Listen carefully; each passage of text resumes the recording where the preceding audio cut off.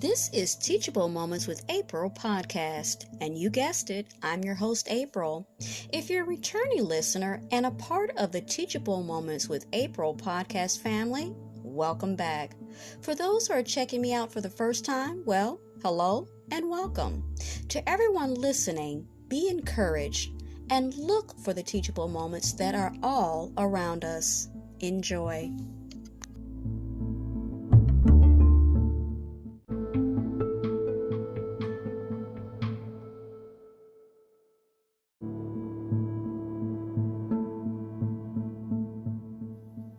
This is your host, April, from Teachable Moments with April podcast.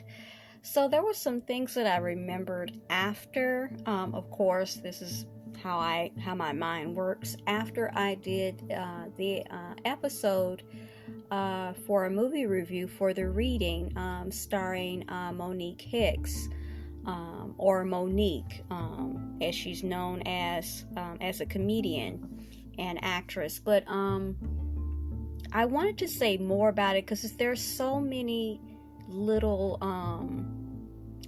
details within that movie that I actually, like I said, I found very interesting. And due to my I'm still learning about these things when it has to do with things of the spiritual, or what is considered to be the unseen realm. There's a lot as humans we do not know, and we may never know. But I feel like this movie itself is not just, like I said, fits in a nice little neat category. That actually the movie itself carries a certain value in commentary that maybe others that have reviewed the movie may not see or are not commenting on, because I know a lot of people, there is still very much of a stigma to talking about these things and being viewed as crazy. Okay, it's designed, our society is designed to be like that because of the fact of the actual ruling principalities and powers that are out there now. They control exactly the narrative, okay? And they don't really want you to learn what you can, what you're capable of how they operate and how they move. And a lot of times they do things right in front of you. And one of the modes is, of course, if you don't already know, is in movies and TV shows and pop culture. They do things right in front of your face. There's a young man that I watch, and I've mentioned him before, I think is New Breed. And he talks about these things, and he often talks about of a certain type of, I forget what the term is. I can't remember what it is. I hate that I have such a bad memory, but it's a form of what he coins as some type of magic. Okay, some type of magic in which they put things in your face, and by doing that, it holds some type of power. Okay, or deception, because there is a power of deception that has overtook and dominated over our society and the world as we know it. Because a lot of times, if you can see things or discern things, other people can be watching it and looking, and you may make a comment and then they give you like a blank look. They don't see it, even though it's very blaringly obvious. So another thing about this particular movie is the young lady, Sky, who often when she opens up these readings that she has for people, she has the individuals, like in Monique's character's case, since it was several people who passed away, she had her say the names of the departed, the people who passed away. And when you're dealing with things of this nature, I feel like it's in a way giving away some secrets or some things about when people pass away. Let me see how to put this. when people pass away, a lot of times, even though it may seem like it's empowering, they will ask you to say their name. Okay, and you say their name, and they'll have rallies and they'll have different things. When they do that, even though you may not realize what you're doing, it actually has some form of power in the spiritual realm. Okay, it's not just about empowerment. See, that's the guys. When you're saying, say their name, and then you say the deceased person's name who has been, taken out. Sadly, they've lost their lives. It's one thing to remember them, but when you keep saying their name, and then they put up murals and they do other things, it's a certain type of currency, so to speak, or power in the unseen realm. And you thinking it's doing one thing, but it's actually solidifying something else that's not so positive. And a lot of people believe that about ancestor worship. Okay, ancestor worship. When you're saying the names of your ancestors, you're praying to your ancestors. If you're praying to anything other than God, Jehovah God, and in His Son Jesus Christ's name, you're going to have problems. Okay, that puts you in what we're talking about. And I don't mean to step on people's toes that believe in those things, but that is just what that is. Okay, and in the moment, it's made to seem empowering because these are your ancestors. This is your family. It's where you come from. But if you're praying to your family or your ancestors, this falls into a whole nother category, and you're outside of what the Bible says. Okay, and you're opening yourself up for a lot of things to occur in the spiritual realm. And then when it's in the spiritual realm, it manifests itself in the physical realm in which we live in. So by her having that, and she's opening herself. So let's look at the tagline for this particular movie, which I found very interesting. What happens when you open a door? Okay, so when you do these things, you're opening a door. You're opening a door, not just in places, but with people, yourself. So this young lady opened a door, Sky, and I believed a door was open with her mother, and why her mother was the way she was. Now, her mother's part in the movie was very short. You only saw her sitting in the living room smoking and had a brief exchange with her daughter. Okay, and you saw, she had all these, diplomas, very educated woman, but there was something else happening with her mother, the dynamics of it. There was a door that was opened, and with her mother, and by a lack of knowing, see, the enemy is banking on you staying in the dark or seeing something in a different light than what it really is. Okay, and I don't want to use the word ignorance, but that's kind of what it is, and we all have been there. Okay, at some point, different people are come to have discernment. Like myself, I feel like later in life, having discernment, finally, the veil of deception being lifted. I don't feel like it's fully lifted, but it is lifted, and I'll admit to that. So you open a door you can't close. Okay, and the tagline goes on, in a house you can't get out of. Okay, so when she said these names, so that was part of her process of channeling these deceased spirits. I feel a certain way about it, about when you talk about spirits of the deceased. I used to believe that was possible. Do I know 100%? No, I don't, because I'm an imperfect human being, like yourself. But I'm more apt to think that it's not your loved ones. I think that they are spirits who are very crafty and they watch. Now, what I've learned from other people is that some people coined the term monitoring spirits. Those are the ones that monitor. Makes sense, right? And so they know things about your loved ones who have moved on. You know, they've moved on, they've passed on, and they can mimic them. Okay? So I'm thinking that's how they deceive. They deceive you and they lead you. It goes along also what people talk about guardian spirits. And that gets into the realm of what they believe to be angels, that are their guardian angels, guiding them. And I don't know if I've spoken about this before, but there was a young lady, I worked with her for a very brief part of time. And me and her had some conversations,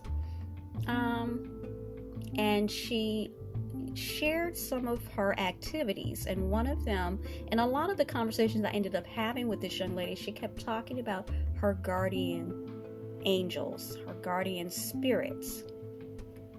And she mentioned her mother also believed in these guardian angels or guardian spirits, and she had taught her how to talk to them. Now, this isn't a foreign ideal. There's a whole community of people that believe in these things. But the thing with her was, as I continued to listen to her and hear her talk, there was a darkness about this young lady. It was heavy. I could feel it. There was something seriously going on with her. And in the space that I was in with her, at my own walk of my own faith, I could pick up on that something was seriously wrong, and something very dark had her in its grips, and she didn't seem to know it. And I just felt like she's saying that it's these spirits, like angels, guardian angels, but what she's talking to, it is not. And I can almost, like I talked to you about, see it almost. When I looked at her, I saw her face, but then I saw something else behind that, and it was very nefarious. And it was changing her, but she couldn't see it. Then as I continued to talk to her, when I'd have other opportunities to talk to her, she started to talk about other stuff that she had started to explore. And to me, it seemed to explain quite a bit. The stuff that she had gotten into seemed very dark to me. It had nothing to do with guardian angels, spirits, guardian spirits of her mother and their family that protected them. No, these things went into more of a darker, it went into some form of magic. It went into some type of magic. And like I said, I'm no expert, but I could feel it. I could feel something very heavy and very dark.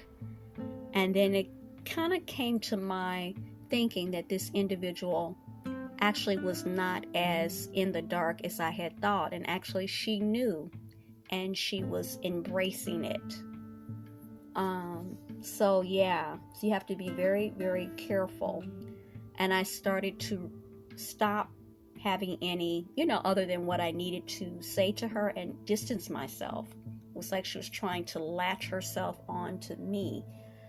And I'm the type of person that I try to help in every way I can, but you have to have some form, like I said, discernment, and say, okay, I have to step away from this because it's something attached to her.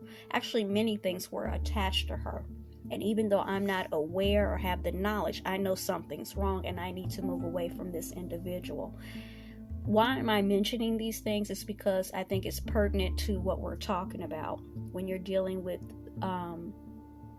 communing and opening yourself up to things. And the sad thing about this particular, going back to the movie, is that even though this young lady, she knew at some point something was shifting and going in a different direction, and she wanted out of it. But her friends, specifically the boyfriend, Gregory, and the other young man, I don't know how he may have felt. He kind of was into his own thing, but that there was danger. And she kept talking to the one friend. I think that they were very close, Jessie, the young lady that played her friend in the movie, Jessie, how scared she was, even on her way to the particular to the home, to the mansion of Monique's character. She felt a heaviness, she felt a darkness that was there. Some people in the reviews said that they could see where the movie was going. I didn't exactly see where it was going in regards to the reveal, allegedly, of her character, Monique's, of actually being the perpetrator. You know, that people didn't actually break into her home, like actual physical people. That it was actually her that had done it, and then they show it playing out. Only after I continue to view the movie that I start to get another type of feeling about it, that that the invasion wasn't just fabricated. Okay, there was just a woman who, you know, was fearful of, you know, some dealings of her husband had fallen through, and that would leave her not comfortable like she had wanted, as they had agreed, she said in the movie. That it went deeper. And that is the thing about today. When things happen, crimes happen, we're seeing things happen all day, every day. There is a layer of the unseen fully engaged and fully at work and behind the scenes, that's basically pulling the strings behind all the people that are very prominent in our world as we know it. Unseen doesn't mean that it doesn't exist. It's very much real, and it very much has power. Now, I don't say that to make you seem, you know, defeated and that we have no, you know, have any kind of recourse. We have power, but it is through God and His Son. And He, in the Bible, shows us what we need to do to harness that. It is not from us. It is from Him. Makes sense. He's a spirit being. And the adversary and their followers, His followers, are spirit beings. The only way you could fight fire with fire is spirit being versus spirit being, not through human like ourselves. We don't have the power solely, but God has given us tools in order to fight back. Whereas the word or the phrase spiritual warfare. So I think that this movie was very, very good. Okay, I know a lot of people don't agree. There's a lot of things that I probably will remember after I record this about it. After I think about it. I actually went and I looked at it a second time. I should have taken notes, which I normally would have done, but I didn't do. But every time I record here and then I get off, I start to think, oh, wait a minute, as it comes to me. And that's just kind of how my mind works. So, yeah, once you have, it also is a cautionary tale when you deal with these things to just be, you have to, I think you shouldn't do it. Because of the fact that you really don't know. You really don't know. You see it all the time, you know. You see it in movies. You see it in actual real events. People dabbling, no matter how they try to normalize in everything. They try to make it seem cool, lit, all this stuff about communing with spirits and ghosts and haunted houses and being a witch or a Wicca or whatever they want to spin on it. Okay, you should have no parts of it. Why you shouldn't have any parts is because you don't know what you're doing. Even when you think you know what you're doing, you do not. That's why God tells you to stay away from it. You don't know. Don't let your pride and your ego convince you otherwise, that you know, I'm just going to do this, or I'm going to stay in the realm of the light, and all this stuff they tell you to do. Of course, they're telling you lies, because the adversary is the father of the lie. Okay? Once it gets you in your trap, that's it. Through God, all things are possible. So you have a lot of people who, that's the beauty of the internet. There's so many stories of people who are very deep into the occult who got out. And it is only through God and his son, Jesus Christ, that they got out. But consciously, you really, if you have any type of good sense, don't get involved with it at all if you can. Because you really don't know what is all. There's so many questions that I have, and I wonder. But then there's a limit where even though I don't get any answers, you need to leave that alone and walk away, because it is to your detriment. And in this season and the time that we're living in now, we really need to get very right about this, okay? There's very little time. I have no clue when that day will come, and in the Bible it says that only God knows. This is not the time to start dabbling in the occult.